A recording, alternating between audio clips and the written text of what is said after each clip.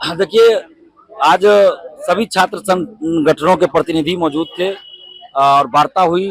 पहले तो डीएम साहब और एसएसपी साहब से वार्ता हुई, फिर हम लोग को मिलाने के लिए ले जाया गया। शिक्षा विभाग के सचिव है राजीव रोशन जी, उनसे वार्ता कराई गई और हमने मांग रखी, चूंकि वो शिक्षा विभाग से संबंधित ही वहाँ बात होगी।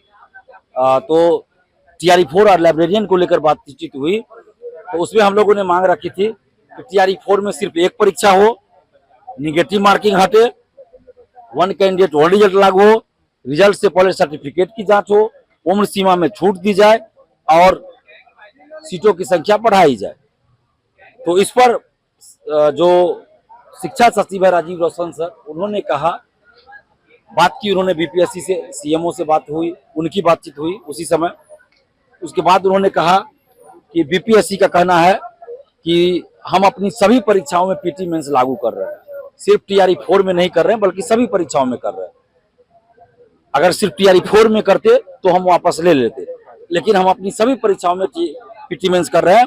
और नीट पेपर लीक के बाद राधा कृष्णन आयोग बना, उसका भी है ये सिफारिश कि 2 फेज में एग्जाम हो। नेगेटिव मार्किंग हटाने की भी हमने मांग रखी। तो इस पर शिक्षा सचिव महोदय का कहना था कि सिलेबस में बदलाव किया जा सकता है।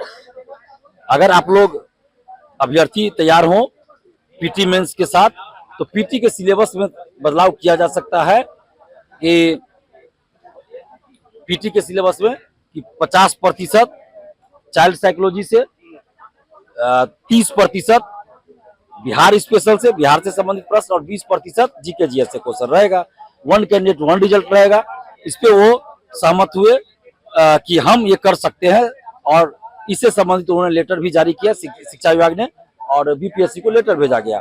और बाकी TRE-1 to 3 में सर्टिफिकेट की जांच की मांग हमने कहा, तो उस पर भी वो सहमत हुए।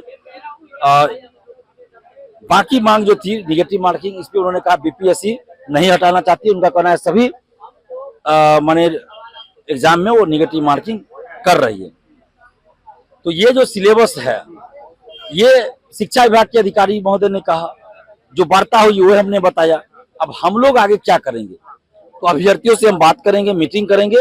अगर अभ्यर्थी इस सिलेबस को एक्सेप्ट कर लेंगे, अगर अभ्यर्थी इस सिलेबस को एक्सेप्ट कर लेंगे तो आगे हम लोग सोचेंगे क्या करना है। अगर अभ्यर्थी नहीं करेंगे, एकल परीक्षा पर ही अड़े रहेंगे। अगर अभ्यर्थी कहेंगे कि धरना जारी रहे, तो हम लोग जारी रखेंगे। लाइब्रेरियन बहाली के बारे में भी हुई, 5800 सीटों के लिए लाइब्रेरियन बहाली पे उन्होंने कहा 10-12 दिन के अंदर उसके लिए प्रोसेस शुरू हो जाएगा। बाकी BSSC, दरोगा, सिपाही, ये सब मामला है, तो उसके लिए अलग अलग आयोग है, उसमें जाके हम लोग अलग से बातचीत करेंगे। जो एग्जामिनेशन कंट्रोलर को हटाने की बात चल रही है, बिल्कुल बिल्कुल, ये क्या है?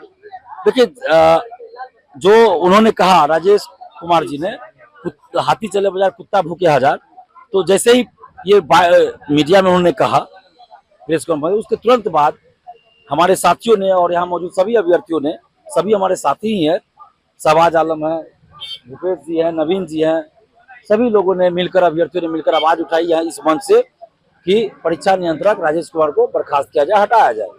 और उसके कुछ देर के बाद ही, 2-3 घंटा के अंदर ही उनको हटाने की बात सामने आ गई। तो ये बहुत बड़ी जीत है इस मंच की, छात्रा में। देखिए, मीडिया में चल रही है ऐसी खबर, औपचारिक रूप से किसी से तो हमारी बातचीत इस मुद्दे पे हुई ना, हम लोग तो मीटिंग में थे, लेकिन मीडिया में ऐसी खबर चल रही है। अगर नहीं भी हटाया गया तो उनको हटाया जाए, हम लोग हटाने की मांग कर रहे हैं। लाइब्रेरियन बहाली पर भी हुआ कि 10-12 दिन में हम लोग इस पे प्रोसेस शुरू करेंगे। बाकी BSSC का मुद्दा है हम लोग का, संविदा वेटेज हटे, एग्जाम डेट घोषित हो, दरोगा सिपाही सब का मुद्दा है। तो इस पे अलग अलग आयोग से बात करनी होगी, सामान्य प्रशासन विभाग से बात करनी होगी। तो आज सिर्फ शिक्षा विभाग से बातचीत हुई, तो अब अभ्यर्थियों के साथ हम लोग अभी रात में भी मीटिंग करेंगे। और गर्दनी बाग धरना स्थल पर हम सभी अभ्यर्थियों से अपील करते हैं कि कल आप लोग गर्दनी बाग धरना स्थल आइए, हम लोग यहीं पे मीटिंग करेंगे और बात करेंगे कि आगे हम लोग को क्या करना है। आपके राज्य की खबरें, आपके शहर की खबरें सबसे पहले जानने के लिए देखते रहें अमर उजाला। चैनल को सब्सक्राइब जरूर कर लें और पाएं हर अपडेट।